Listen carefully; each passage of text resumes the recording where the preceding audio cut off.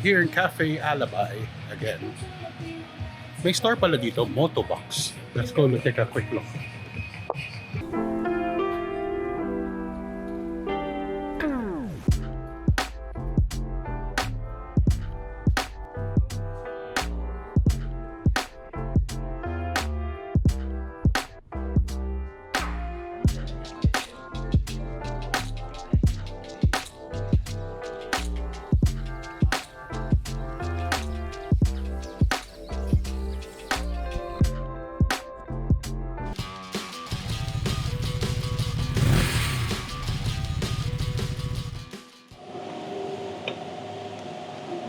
Hi guys, welcome back.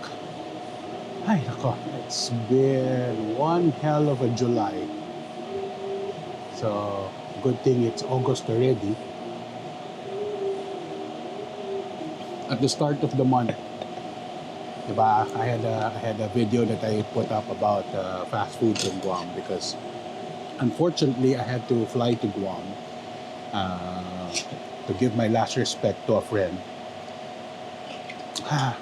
So, umpisa pa lang talaga medyo sad na yung start ng July.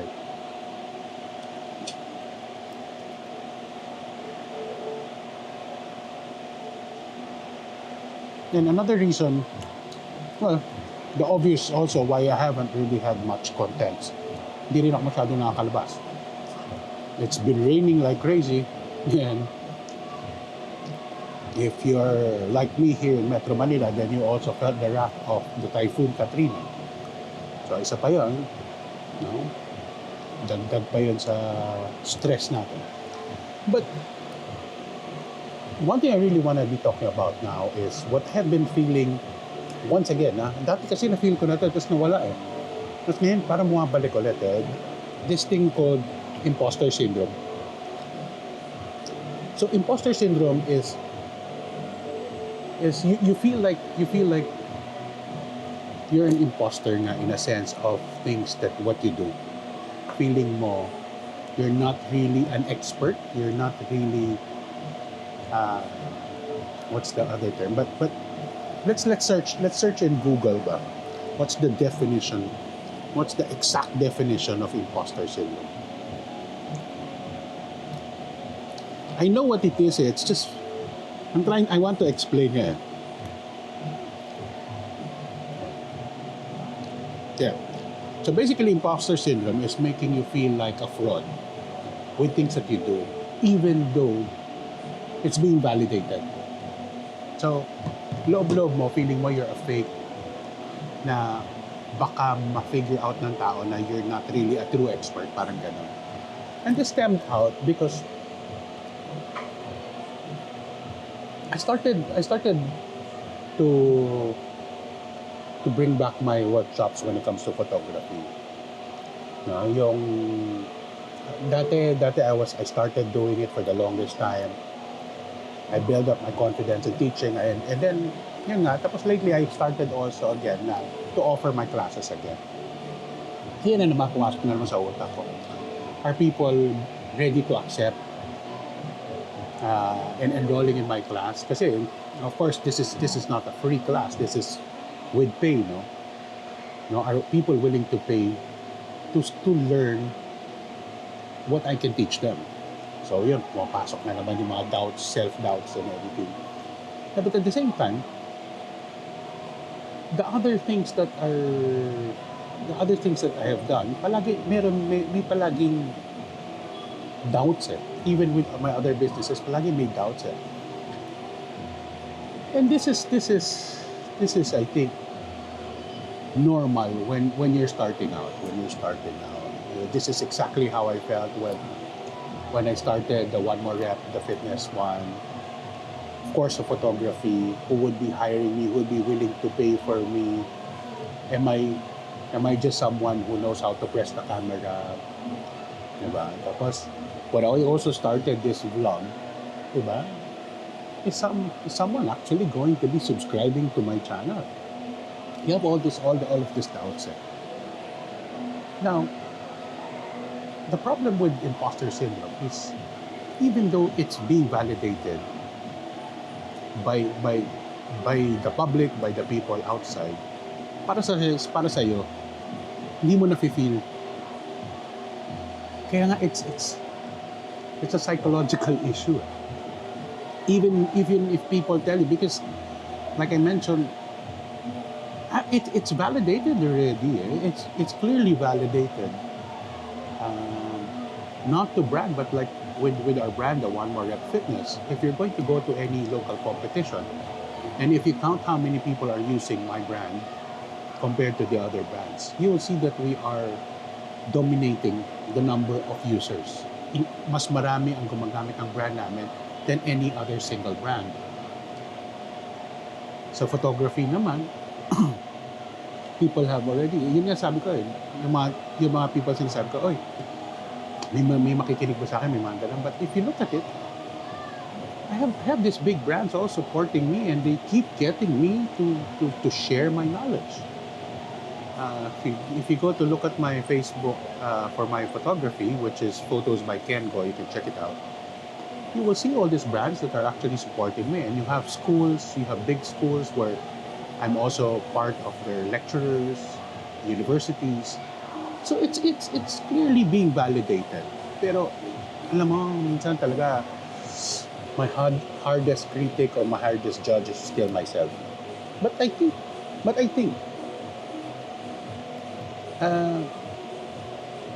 this stems also from what I feel.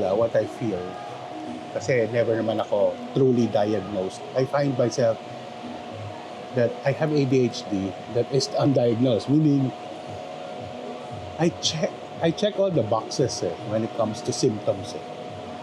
My mind is always wandering all over the place. I have this poor judgment on time, kaya madalas ako nalilate.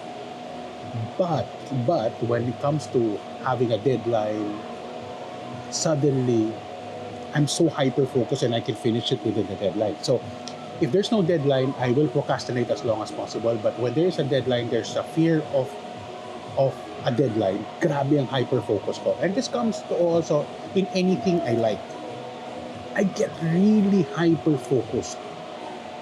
So when I started photography, it's not something na picture, ganyan, tsambahan, baka ako naman ganyan. No, I literally studied how to do it. Back in high school, I would lock myself whole day in the dark room perfecting my craft. When I went to college, even when I was studying business, I was always trying to improve my photography. I would take on jobs. I would join mga classes about photography, even though it was not related to my degree.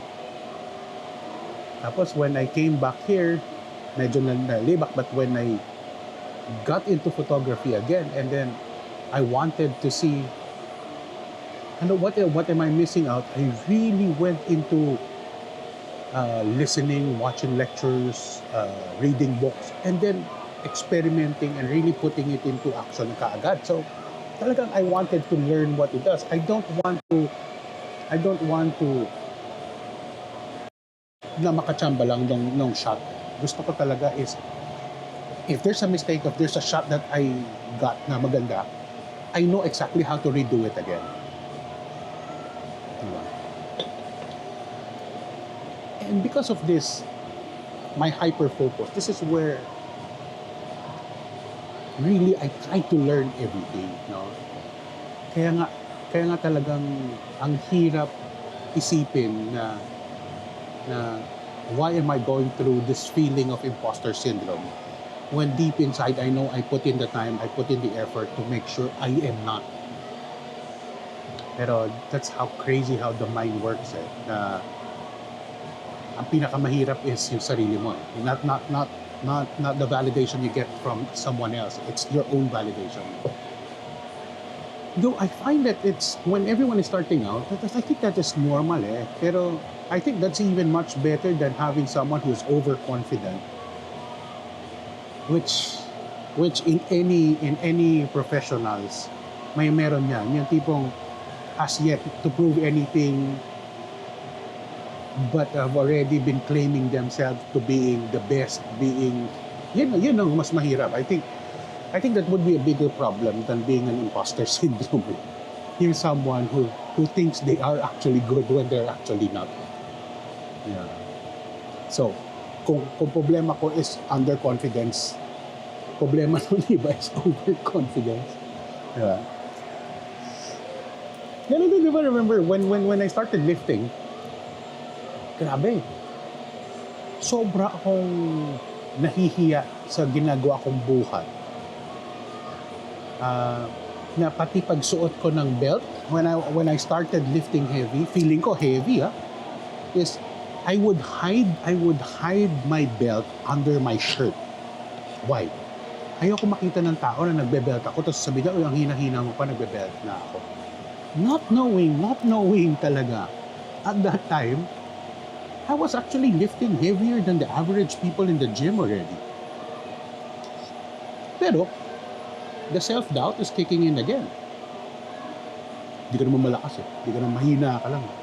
Diba?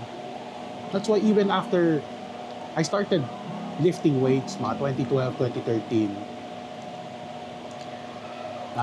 maybe training the squat bench deadlift for powerlifting sa lang 2015, 2016 nag-start na ako.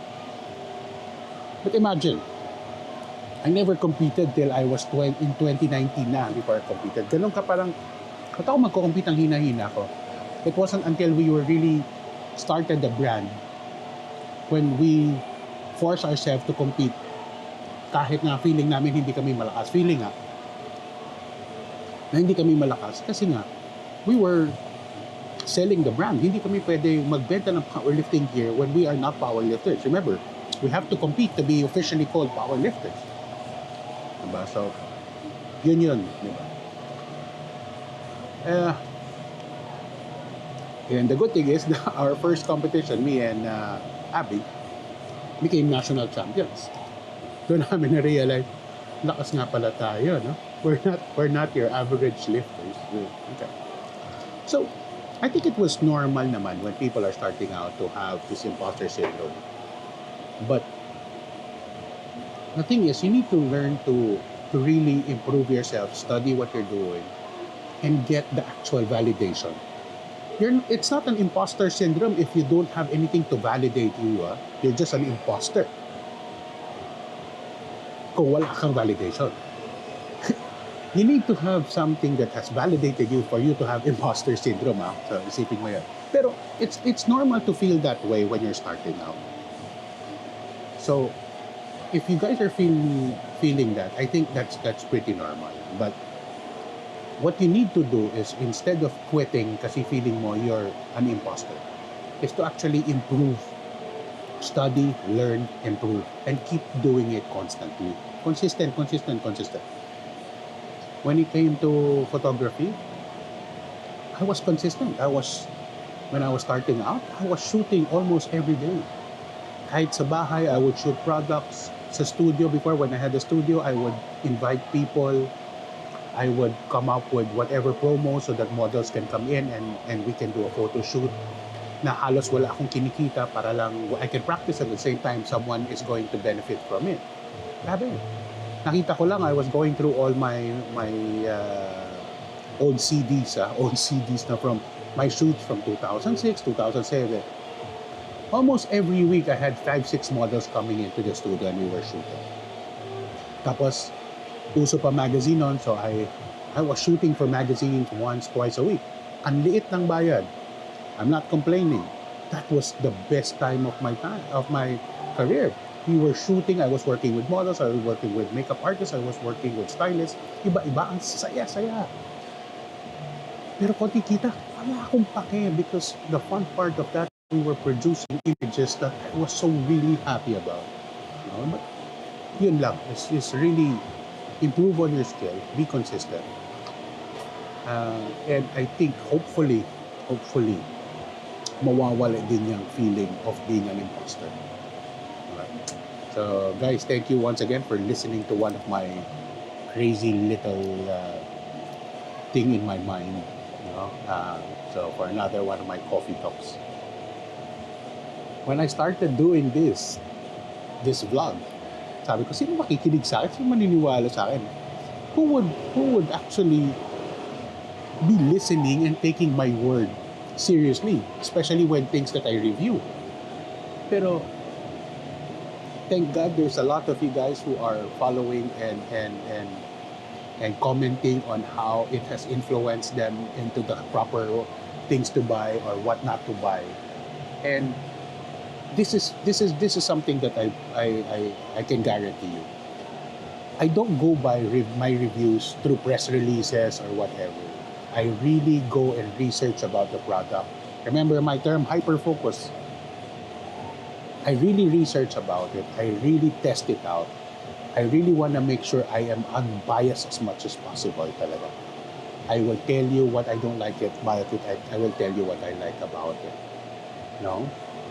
And that's my guarantee to you, to my viewers, that whatever review you are going to see here, this is something I really thought about, and this is something I really worked hard for to make sure that I'm giving you the proper information that you need. I hope you still continue to support my channel, and if you're new here, so please don't forget to like and subscribe. Dami pa akong hindi nagagawa. I'll be posting that soon.